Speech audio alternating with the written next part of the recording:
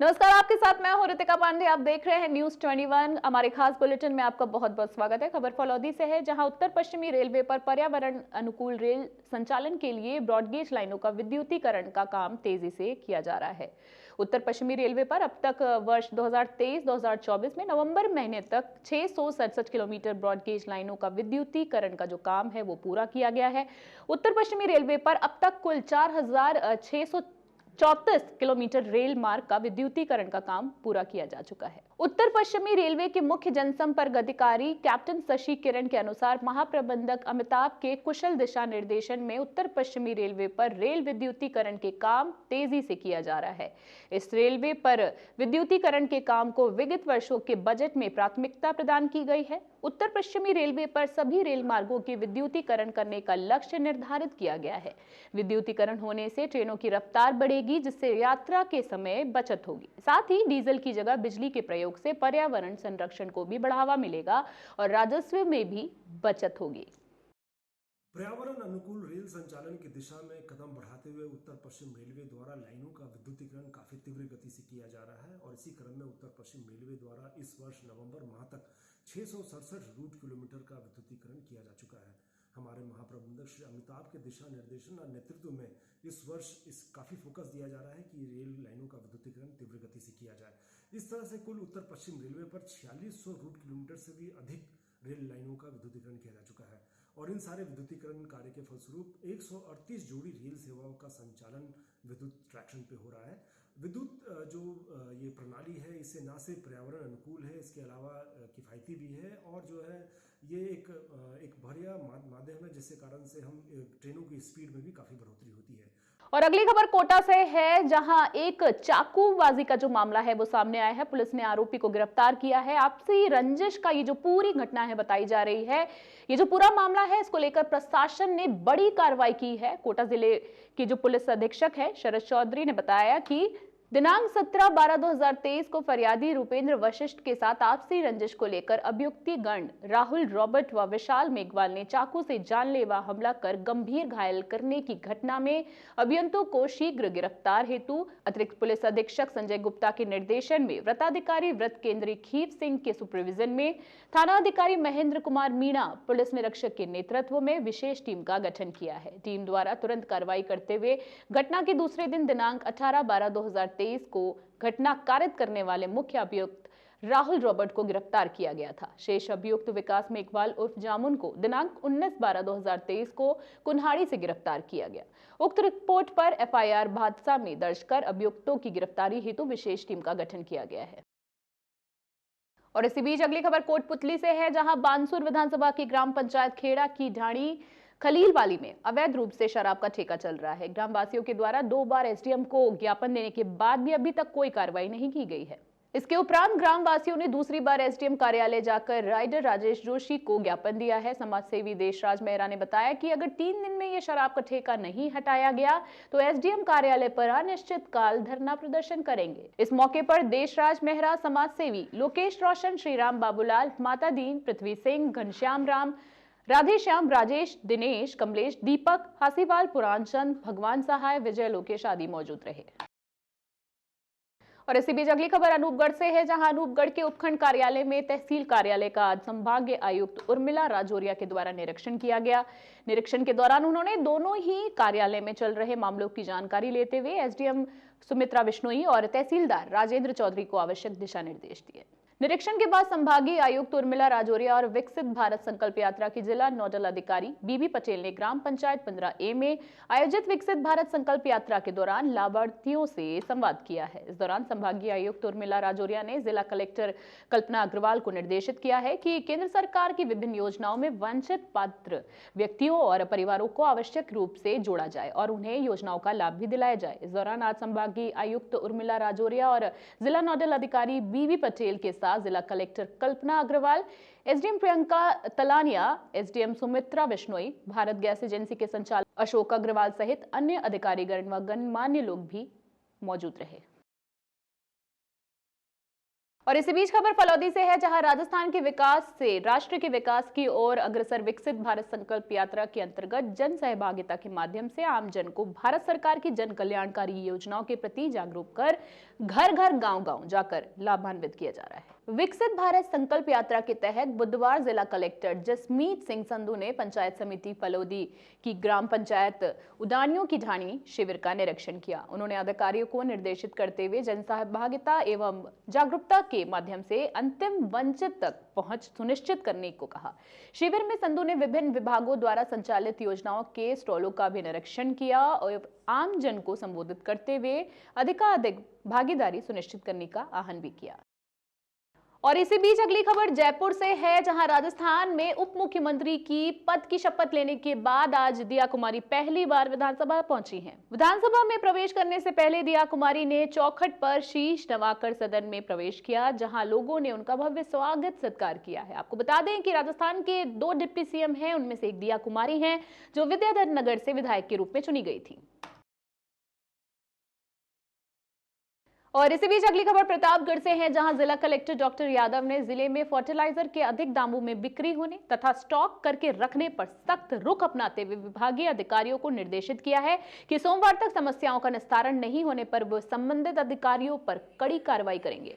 गुरुवार को मिनी सचिवालय जिला कलेक्ट्रेट सभागार में आयोजित बैठक में जिला कलेक्टर डॉक्टर इंद्रजीत यादव ने कृषि विभाग एवं कोऑपरेटिव विभाग के अधिकारियों से जिले के होलसेल की संख्या, फर्टिलाइजर की उपलब्धता और कोऑपरेटिव में वितरण व्यवस्था तथा बाजार में अधिक दामों में बिक्री के संबंध में प्रत्येक अधिकारी से विस्तार से जानकारी ली। उन्होंने मार्केट में अधिक दामों में हो रही बिक्री पर नियम अनुसार किए जाने वाली कार्रवाई तथा अब तक की गई कार्रवाई के बारे में जानकारी ली, जिस पर अधिकारियों द्वारा संतोषप्रद जवाब नहीं मिलने पर उन्होंने सख्त लहजे में कहा कि अगर फर्टिलाइजर कंट्रोल को लेकर एक्ट के अनुसार विभाग द्वारा सख्त कार्रवाई नहीं की गई तो मैं संबंधित अधिकारियों पर कार्रवाई करूंगा। सोमवार तक बैठक से पूर्व निस्तारण करने के लिए पाबंद किया। उन्होंने कहा कि सोमवार तक सभी समस्याओं का समाधान करते हुए रिपोर्ट के साथ ही बैठक में उपस्थित हों। बैठक में कृषि विभाग तथा कोऑपरेटिव के समस्त अधिकारीगण मौजूद रहे। और इसी बीच अगली खबर सूरतगढ़ से है, जहां एमईएस यूनियन द्वारा राष्ट्रीय अध्यक्ष का सूरतगढ़ आगमन पर जोरदार स्वागत किया गया। यूनियन राष्ट्रीय अध्यक्ष श्री कुमार के सूरतगढ़ आगमन पर रेलवे स्टेशन सूरतगढ़ के ब्रांच पर MES workers union GE Suratgarh वायु सेवा के पदाधिकारियों द्वारा माला पहनाकर स्वागत किया गया। जिले में लक्ष्मण चौहान, विनोद जूड़ी, श्याम सुंदर, मुकेश, रविंद्र कुमार, अश्वनी कुमार, विनोद कुमार आदि उपस्थित रहे। और इसी बीच अगली खबर फलौदी से है, जहां सामाजिक सुरक्षा पेंशन योजना में पेंशनर के प्रतिवर्ष वार्षिक सत्यापन करवाने का प्रावधान है। फलौदी जिले में कुल 91,235 पेंशनर हैं। जिला परिवीक्षा एवं समाज कल्याण अधिकारी करनी सिंह ने बताया कि जिन पेंशनर्स ने वार्षिक भौतिक सत्यापन नहीं करवाया है, उनकी पेंशन 31 दिसंबर के बाद स्वतः ही रुक जाएगी। उन्होंने बताया कि 52,679 पेंशनर के सत्यापन नहीं हुआ है। सामाजिक सुरक्षा पेंशन योजना के पेंशनर को भौतिक सत्यापन करवाना अनिवार्य है। और अगली खबर टॉक से है, जहां टॉक विधायक सचिन पायलट 2 दिवसीय टॉक के दौरे पर है। आज दूसरा उनका दिन है। सर्किट हाउस में उन्होंने जन सुनवाई की है। सर्किट हाउस में जन सुनवाई और लोगों से उन्होंने मुलाकात के बाद पायलट सीधा नवाबपुरा गांव पहुंचे हैं। नवाबपुरा में सचिन पायलट ने मृतक छात्र अमरीश मीणा को श्रद्धांजलि दी। इसके बाद पायलट ने मृतक छात्रा के शोक कुल परिवार को ढांढस बंधाते हुए प्रकरण की पूरी जानकारी जुटाई और मौके पर मौजूद पुलिस के आला अधिकारियों को मामले में जल्द से जल्द कार्रवाई को लेकर सख्त दिशा निर्देश दिए। इस दौरान मीडिया से बातचीत करते हुए पायलट ने कहा कि छात्र अमरीश मीणा के हत्याकांड से इलाके के लोग आतंकित हैं। पायलट ने कहा कि उन्होंने मामले को लेकर टॉक पुलिस अधीक्षक से बातचीत कर मामले को जल्द से जल्द खुलासा किए जाने के निर्देश भी दिए हैं। एक नाबालिग बच्चे की जिस तरह हत्या हुई है, बड़ा गंभीर विषय है और पूरे गांव में शोक भी है और लोग आतंकित भी हैं। मैंने जो एसपी साहब से बात की है और पूरी टीम लगा रखी है, लेकिन ये इसका खुलासा बहुत जल्द होना ज़रूरी है और जिस प्रकार का ये कृतज्ञ हुआ यहाँ पहले कभी हुआ नहीं है, तो इससे पूरा माहौल बहुत गंभीर बना हुआ है। और मैंने सांत्वना दी है परिजनों को जिनके बच्चे की इस प्रकार मौत हुई है, लेकिन इसका पूरा खुलासा होना बहुत ज़रूरी है। पुलिस ने टीम लगा रखी है, लेकिन हम सब चाहते हैं सहयोग करें और जल्द से जल्द इसका खुलासा हो कि ऐसे कौन वो लोग हैं जिन्होंने इस प्रकार की हत्या को यहाँ पर अंजाम दिया। और इस क्षेत्र में इस प्रकार की घटना पहली बार ऐसी हुई है।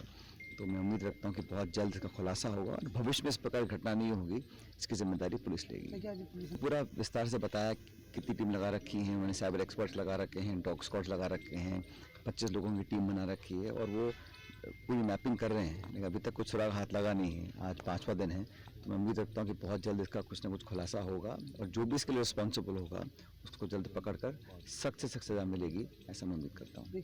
खबर अनूपगढ़ से है, जहां अनूपगढ़ जिले के श्री विजयनगर मंडी के गांव 2 एडीपी के ग्रामीण आज एकत्रित होकर जिला कलेक्टर पहुंचे हैं और विभिन्न मांगों को लेकर जिला कलेक्टर कल्पना अग्रवाल के निजी सचिव श्री कुमार डेलू को ज्ञापन सौंपा है। उन्होंने ग्रामीणों ने ज्ञापन में मुख्य रूप से गांव में बढ़ रही चोरियों और अंकुश लगाने की बात कही है और कल्याण भूमि के लिए रास्ता स्वीकृत करवाने की मुख्य मांग की है। गांव 2 एडीपी के पृथ्वीराज ने बताया कि श्री विजयनगर पंचायत समिति के गांव कल्याण भूमि के लिए गैर मुमकिन रास्ता स्वीकृत कराने के लिए आज ज्ञापन सौंपा गया है। उन्होंने बताया कि रास्ता स्वीकृत करवाने के लिए ग्रामीणों के द्वारा पूर्व में ही जिला कलेक्टर को फाइल सौंपी गई थी, मगर अभी तक कोई रास्ता स्वीकृत नहीं हुआ है। उन्होंने बताया कि गांव 2 एडीपी में कल्याण भूमि का रास्ता स्वीकृत नहीं होने के कारण मृतकों का अंतिम संस्कार करने में ग्रामीणों को काफी समस्या का सामना करना पड़ रहा है। कल्याण भूमि के लिए रास्ता नहीं होने के कारण ग्रामीणों को लगभग 1 से 2 किलोमीटर की दूरी तय करनी पड़ती है। साथ ही गांव में बढ़ रही चोरियों पर अंकुश लगाने को भी मांग की है। ज्ञापन सौंपते समय पृथ्वीराज, इंद्राज, दिनेश कुमार, सोहनलाल, रामस्वरूप, वेद प्रकाश, सुजाराम, पोलाराम, कालूराम, हरफूल सिंह सहित अन्य ग्रामीण भी मौजूद थे। और अगली खबर कोटा से है, जहां कोटा जिला पुलिस अधीक्षक कोटा शहर शरद चौधरी ने बताया कि 17/12/2023 को फरियादिया शालिनी शर्मा के साथ पारिवारिक मामले को लेकर अभियुक्त दिव्यांश शर्मा, जसपाल शर्मा ने एक चाकू हॉकी से जानलेवा हमला कर गंभीर रूप से घायल करने की घटना सामने आई, जिसमें अभियुक्तों की शीघ्र गिरफ्तारी की मांग की। अतिरिक्त पुलिस अधीक्षक संजय गुप्ता के निर्देशन में वृत्ताधिकारी व्रत केंद्रीय खीव सिंह के सुपरविजन में थानाधिकारी थाना कुन्हाड़ी महेंद्र कुमार मीणा पुलिस निरीक्षक के नेतृत्व में विशेष टीम का गठन किया गया। टीम द्वारा कार्रवाई करते हुए 20/12/2023 को घटना में शामिल दिव्यांश शर्मा को सकतपुरा कुन्हाड़ी से गिरफ्तार किया गया है। शालिनी शर्मा टिपटा थाना केथुनी पोल की रहने वाली हैं। उनकी शादी 16/2/2021 को दिव्यांश शर्मा पुत्र विष्णु शर्मा के साथ हुई थी। शादी के बाद से ही पति के साथ वो रहने लगी। 31/1/2023 को ससुराल वालों ने मारपीट कर परेशान कर घर से उनको निकाल दिया था। तब से बेटे सिद्धांत के साथ वो पीहर में रह रही थी। टिपटा के कोटा शहर में वो रहती थी। पति की याद आने के कारण जब वो अपने पति से मिलने पहुंची तो पति एवं पति के भाई ने ये घटना को अंजाम दे दिया। और अगली खबर रामगंज मंडी से है, जहां रामगंज मंडी में पूर्व सैनिक प्रकोष्ठ के तत्वाधान में पूर्व सैनिकों ने शहीद पन्नालाल स्मारक के सौंदर्यीकरण की मांग को लेकर भूख हड़ताल कर दी है। इस दौरान पूर्व सैनिक स्मारक के सामने धरने पर बैठ गए। करीब 1 घंटे बाद एसडीएम और पालिका अधिशासी मौके पर पहुंचे और धरने पर बैठे पूर्व सैनिकों की मांग को 1 महीने में पूरा कराने का आश्वासन दिया है। साथ ही पालिका ने शहीद स्मारक के विकास कार्य का प्रोजेक्ट दस्तावेज भी दिखाया। इसके बाद शहीद स्मारक 1 महीने में सौंदर्यीकरण का काम शुरू होने के आश्वासन पर पूर्व सैनिकों ने धरना समाप्त कर दिया। आपको बता दें कि 16 दिसंबर को विजय दिवस के दिन पूर्व सैनिकों ने वीर जवानों का शौर्य कार्यक्रम आयोजित किया था, जिनमें पूर्व सैनिकों ने शहीद स्मारक की बदहाली को लेकर पालिका को धरने की चेतावनी दी थी, लेकिन पालिका ने इस ओर कोई ध्यान नहीं दिया। इससे नाराज पूर्व सैनिकों ने धरना प्रदर्शन किया। तारीख को विजय दिवस के दिन ये कहा था हमने कि अगर पालिका या उसमें हमें कोई प्रशासन की तरफ से कोई ढंग से आश्वासन नहीं मिलता है तो हम धरने पे बैठेंगे। और आज हम ये तो अपनी बात के ऊपर आज धरने पे बैठे। हमारे साथ सभी लोगों ने, शहर के गणमान्य लोगों ने, पत्रकार बंधुओं ने, सभी ने हमारा साथ दिया। और उसके बाद में एसडीएम साहब यहाँ पे, ईओ साहब यहाँ पे आए और उन्होंने कि इसका हमने प्लान ले लिया है, डीपीआर बन चुकी है। और उन्होंने अपने कागज भी दिखाया और आश्वस्त किया है कि विद इन 1 महीने के अंदर इसका काम चालू हो जाएगा। तो जैसा कागज से हमें लगा कि नहीं वास्तव में इसका डीपीआर बन चुका है, इसका काम होने वाला, तो हमें आश्वस्त होने के बाद में हमने इस धरने को हम खत्म कर रहे हैं। हम आप सभी मीडिया बंधुओं का और सभी शहरवासियों सभी का आभार व्यक्त करना चाहते हैं कि आपने जिस जगह हमारा साथ दिया। और अवश्य ही रामगंज मंडी का अच्छा एक शहीद स्मारक बनेगा, जो सबके लिए गर्व की बात होगी। स्मारक पन्नालाल जी जो अत्यंत सम्मानजनक और पूजनीय है, उसकी स्थिति इतनी खराब है, यहाँ चारा उग रहा है, घास उग रही है। पिछले 5 साल सारे फौजी लोग इकट्ठे होते हैं और मांग करते हैं, लेकिन लेकिन यहाँ का पालिका प्रशासन और राज्य सरकार इतनी निकम्मी है कि इन लोगों की एकदम कान बंद करके सुनी नहीं। लेकिन अब सरकार में परिवर्तन आया है और ये भ्रष्ट और झूठ की दुकान और लूट की दुकान बंद हो गई है। अब बड़े स्तर पर बड़ा प्रस्ताव बनाया 50 लाख रुपए का। नई सरकार विधायक दिलावर साहब ने आश्वासन दिया था और निर्देश दिए कि अच्छा बड़ा विस्तार से इसका सौंदर्यीकरण किया जाए और 50 लाख का प्रस्ताव इसका बनेगा। और बहुत बड़ी बात नहीं है, 5 साल ने झूठ बोला, हम 6 महीने के अंदर इसका डेवलपमेंट बहुत अच्छा करवा देंगे, ऐसा विधायक साहब ने निर्देश दिया है। और अगली खबर प्रतापगढ़ से है, जहां प्रतापगढ़ की रिजर्व पुलिस लाइन में आज 2.5 करोड़ रुपए के मादक पदार्थों को नष्ट किया गया है। पुलिस कार्रवाई में जब्त किए गए इन मादक पदार्थों के मामलों का अदालत में निस्तारण होने के बाद ये कार्रवाई की गई। डीजीपी जयपुर के निर्देश पर जिले के विभिन्न थानों में दर्ज ये प्रकरणों को 2022 में अदालतों से निस्तारण होने के बाद ये कार्रवाई हुई। एसीपी अमित कुमार ने बताया कि पुलिस मुख्यालय से प्राप्त निर्देश के अनुसार जिले में मादक पदार्थ तस्करी से जुड़े मामलों का अदालत ने निस्तारण होने के बाद उससे संबंधित दस्तावेजों की समीक्षा की गई। एनडीपीएस एक्ट की धारा 52A के तहत इन मामलों में जब्त किए गए मादक पदार्थों का आज नष्टीकरण किया गया। अमित कुमार ने बताया कि 2022 में अदालतों से निस्तारित मादक पदार्थ तस्करी के मामले में जब्त 35 क्विंटल अफीम, डोडा चूरा और 25 ग्राम ब्राउन शुगर नष्ट की गई। नष्ट किए गए मादक पदार्थों की कीमत लगभग 2.5 करोड़ रुपए बताई जा रही है। जिले के देवगढ़, धरियावाद, प्रतापगढ़, छोटी सादड़ी, धौलापानी, पारसोला, हथुनिया, धामोतोर और सुहागपुर थानों में यह प्रकरण दर्ज किए गए थे, जिनका अदालत द्वारा निर्णय होने और संबंधित दस्तावेज का अध्ययन करने के बाद मादक पदार्थों को जलाकर नष्ट किया गया। इस दौरान पुलिस के अधिकारी भी मौजूद रहे। खबर बूंदी से है, जहां बूंदी जिले में तालेड़ा उपखंड क्षेत्र में रॉयल्टी ठेकेदारों और खनिज अभियंता पर 50 करोड़ रुपए की घोटाले का आरोप लगाया गया है। और वाहन मालिकों और ठेकेदारों ने बताया कि रॉयल्टी ठेकेदार Galaxy mining private 701 Ganga Heights और खनिज अभियंता प्रकाश माली द्वितीय बूंदी पर 50 करोड़ रुपए के घोटाले का आरोप लगाया गया। माइनिंग विभाग के अधिकारियों द्वारा गैलेक्सी माइनिंग के ठेकेदार से मिली भगत कर राज्य सरकार को लगभग 50 करोड़ रुपए का नुकसान पहुंचाया गया। 1/4/2023 से 3/10/2023 तक यह ठेका माइनिंग विभाग बूंदी के द्वारा संचालित किया गया, लेकिन खनिज विभाग बूंदी में कितनी रेवेन्यू आई ये माइनिंग अधिकारी को जानकारी ही नहीं है।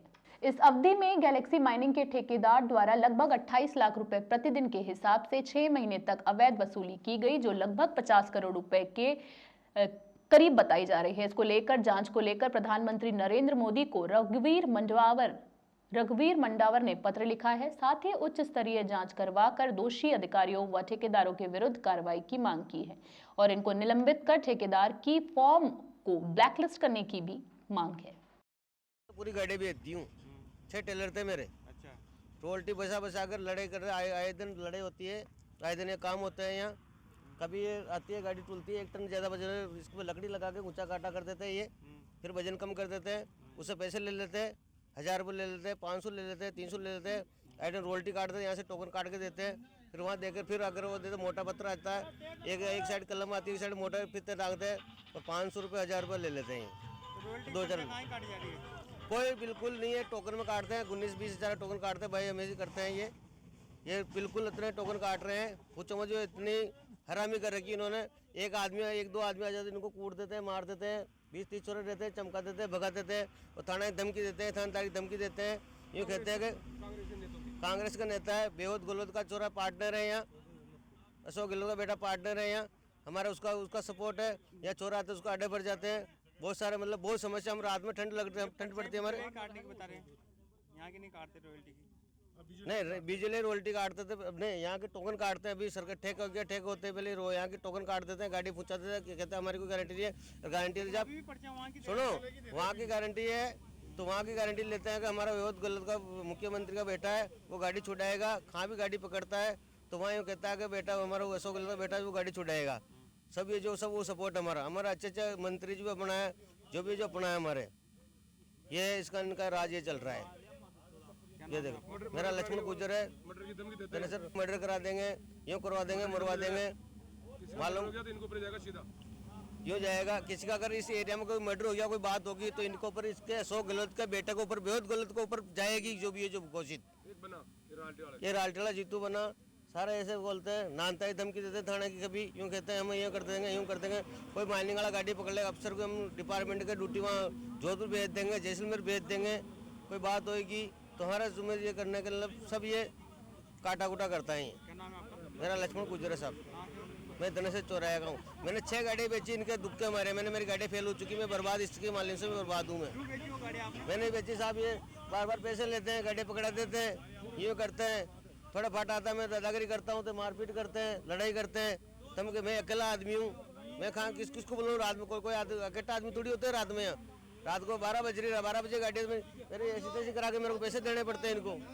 ये दारू की बोतल मांगते हैं, सब ये करते हैं, ये सारे काटा कुटा करते हैं। रॉयल्टी किसी कोई पर्ची वर्ची कटती क्या? पर्ची वर्ची काटा को ना खाई ना काट रहा पर्चा वर्चा उनका पीछा ले लिया लूट रहा है तो उनको रॉयल्टी की पर्ची भी ना कटा लागा ही को ना उनकी दौड़ो तो टेड़ रहो अपनो तो घर को।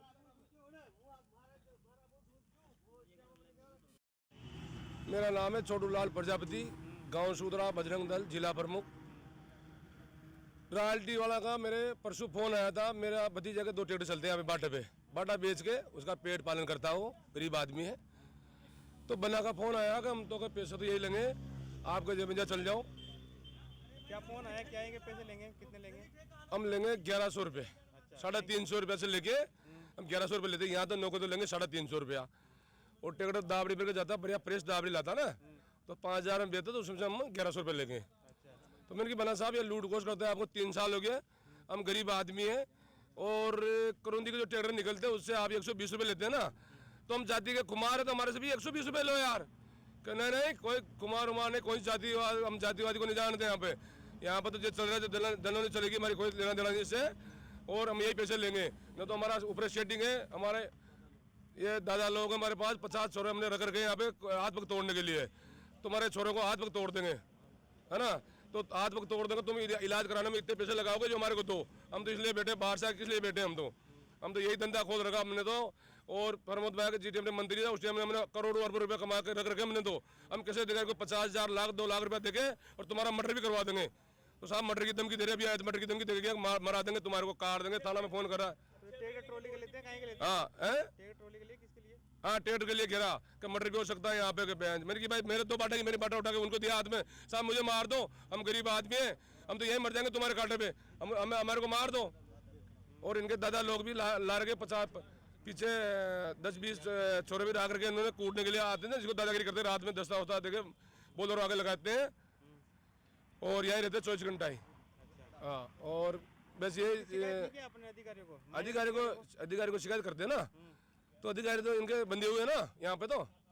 हाँ इनकी घर में बंदी देते हैं, जब हम इनकी बंदी की मारी हम भी डर गए, भाई बंदी दे दो भाई, हम तो दे नहीं सकते बंदी। और ये बंदी देते, मोटी बंदी देते हम तो 5-5 लाख 1 लाख के पैकेट देते हम तो दिवाली पे। और ऐसे भी तो हम देते रहते, आते जो अधिकारी हमारे पास बैठे रहते हैं, हमारे पास तो कोई सुनने वाला नहीं है तुम्हारी, कि चल जाओ कहीं भी, जयपुर जाओ, दिल्ली जाओ, बम्बई जाओ। शिकायत की नहीं की माइनिंग वालों से? माइनिंग वालों शिकायत करी था, करी पदम जी भाई साहब ने करी, ये जैन साहब गिरा मैंने शिकायत करी, पर माँ की भी सारी कार्रवाई बन था ही करो, जो माँ की भी निचाल ली थी, यहाँ की भी हाल पेंडिंग में पड़ी हारी कार्रवाई। क्या नाम है आपका? मेरा नाम छोटू लाल प्रजापति है, कहाँ के हो? सूदड़ा का रहने वाला हूँ मैं। और हमारे जो साथी बुलाए हमने 10-5 जने भाई, ये हमारे। और खबर अजमेर से है, जहां अजमेरगंज थाना क्षेत्र में स्थित जगदम्बा ज्वेलर्स की दुकान से 18 दिसंबर को 3 महिलाओं ने चांदी की अंगूठियों पर हाथ साफ कर दिया। ये सारी वारदात दुकान में लगी सीसीटीवी में कैद हो गई। ये सारी वारदात दुकान में लगी सीसीटीवी कैमरे में कैद हो गई। कच्छ थाना प्रभारी भीकाराम काला ने बताया कि दिल्ली गेट स्थित जगदम्बा ज्वेलर्स के मालिक हीरालाल सोनी ने थाने पर शिकायत की कि 18 दिसंबर को उनकी दुकान पर 3 महिलाएं बिछड़ियां खरीदने के बहाने आए और इस दौरान उन्होंने वहां हाथ साफ कर दिया।